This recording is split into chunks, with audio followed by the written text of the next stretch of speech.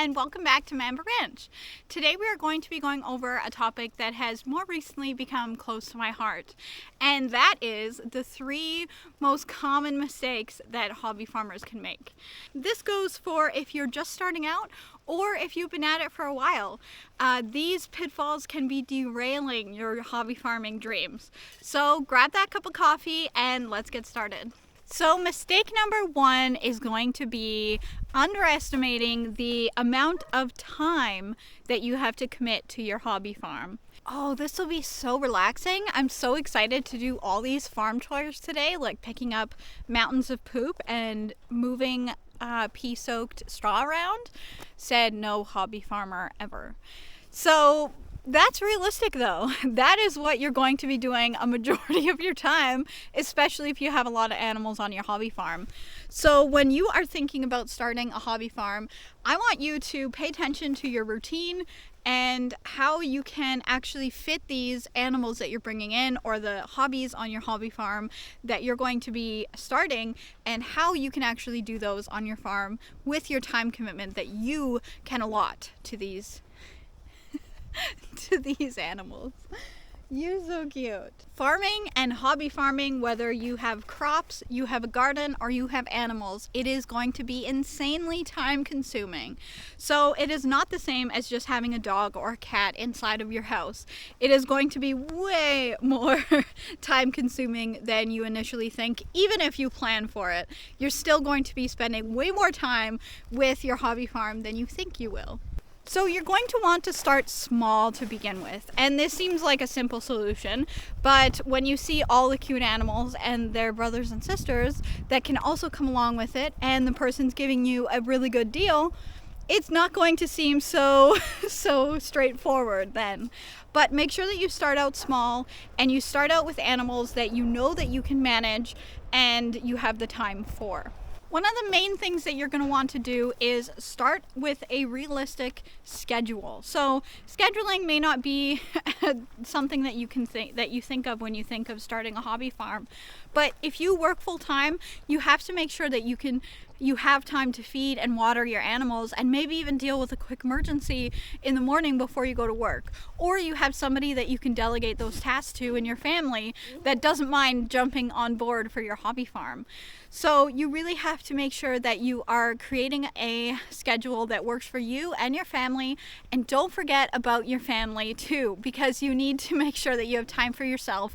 Otherwise, you're just going to become drained, and your hobby farm isn't going to be the dream that you thought it was. So the last solution for this hobby farming mistake is going to be, don't be afraid to ask for help. Whether that is on a Facebook group for suggestions on how to time manage better, or whether that is your local 4-H groups or farming friends. You'd be surprised at how many people will trade their help for your help down the road. So don't be afraid to ask your friends, your family, and your local community for the help when you need it.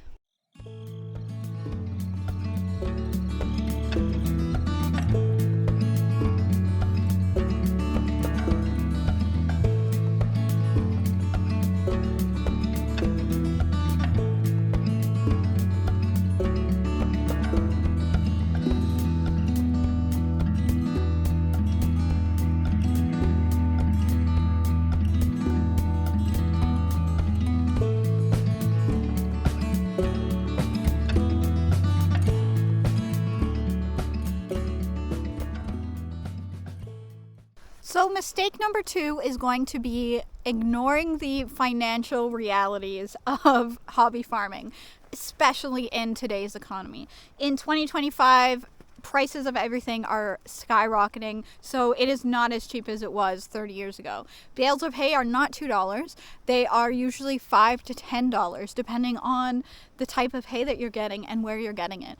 So it is a huge financial responsibility when you're starting a hobby farm and when you're continuing to hobby farm. It doesn't matter if you've had one for years or you are just starting out. Of course, starting out, you're going to be buying the animals, buying the feed, buying the equipment, the tractors, everything else, the shelters, but you're going to also be having to maintain those things, and that is going to take money too. Not to mention the unexpected vet bills when your goat decides to cut off circulation to his leg and you need to get it cut off. Right, Derry? Who would do such a thing?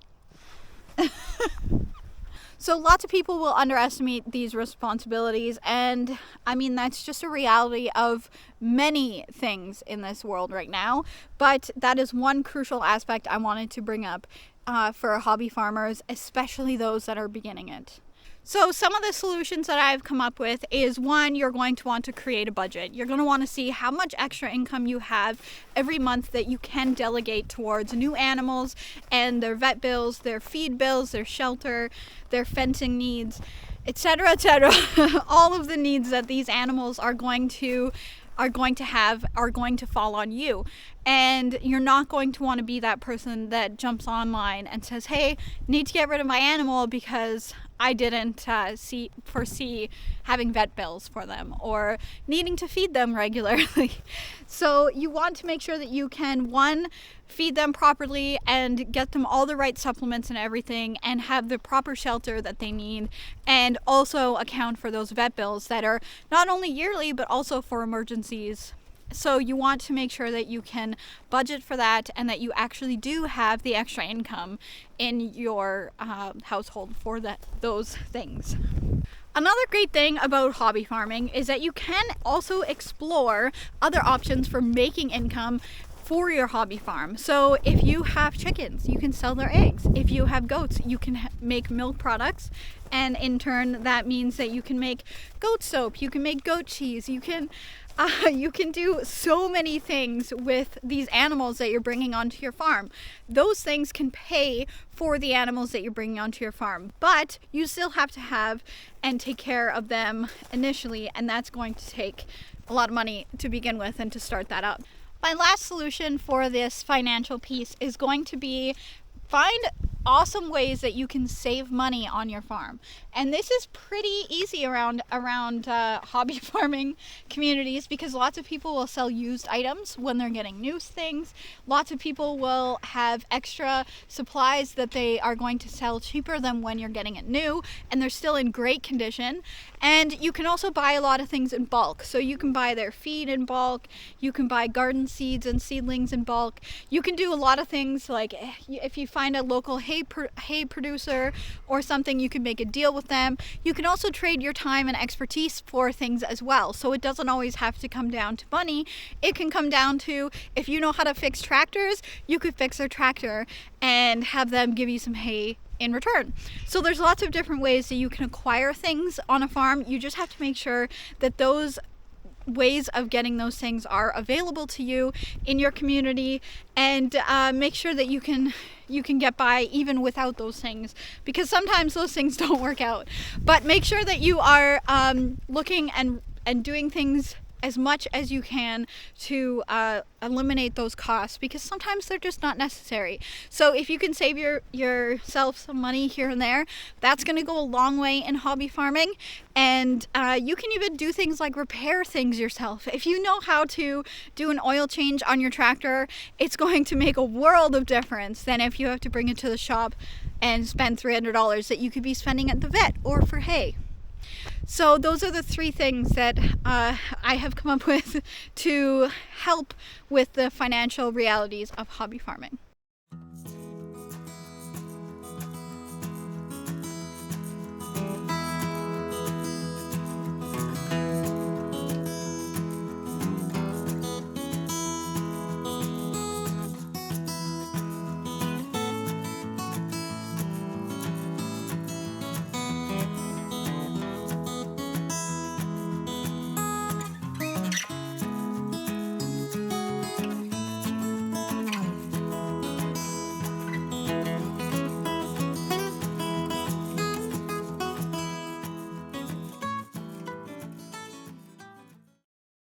So mistake number 3 is going to be a lack of planning and research when it comes to starting out your hobby farm. Jumping into hobby farm without planning and research on what you want to do with it is like driving without GPS or a map, because you're probably going to end up where you want to go, but it's probably going to take longer, it's probably going to be more expensive, and it's going to be a bumpy ride. So if you want your hobby farm to be as smooth as possible, you're going to want to plan your way into the hobby farming world. Now, I went over this last time, but one of my solutions for this particular mistake is going to be to plan and get animals and plants and garden things that are going to be right for your specific area. So there's a lot to gardening that you may not know about in your area. Your soil is going to take things better in and certain vegetables and things better than it is going to take others. And the same goes for animals. It's going to be able to provide and keep certain animals better than it will others. So making sure that you're planning for that is a key component in planning for your hobby farm. Now, this may seem like a pretty old school one, and nobody likes to go back to school or anything, but taking workshops and classes and learning things about hobby farming in your area before you start it, or even when you're in it, is going to be a huge beneficial aspect to hobby farming. If you can go to a animal husbandry class or a goat milking class or a way to make money on your hobby farm or a gardening in your area class, these classes may seem expensive, but they are going to pay off in the long run, and they're going to help you grow your hobby farm more efficiently and effectively. The third solution is going to be to create a farming plan. So you're going to want to sit down, outline your goals, outline your budget and your timeline for achieving those things, and what can be realistic for achieving these goals on your hobby farm, and what you can handle specifically, because everybody is going to grow their hobby farm at different rates, and it's going to work, different things are going to work for different people. So you want to sit down and take that into account so that you don't have many surprises along the way.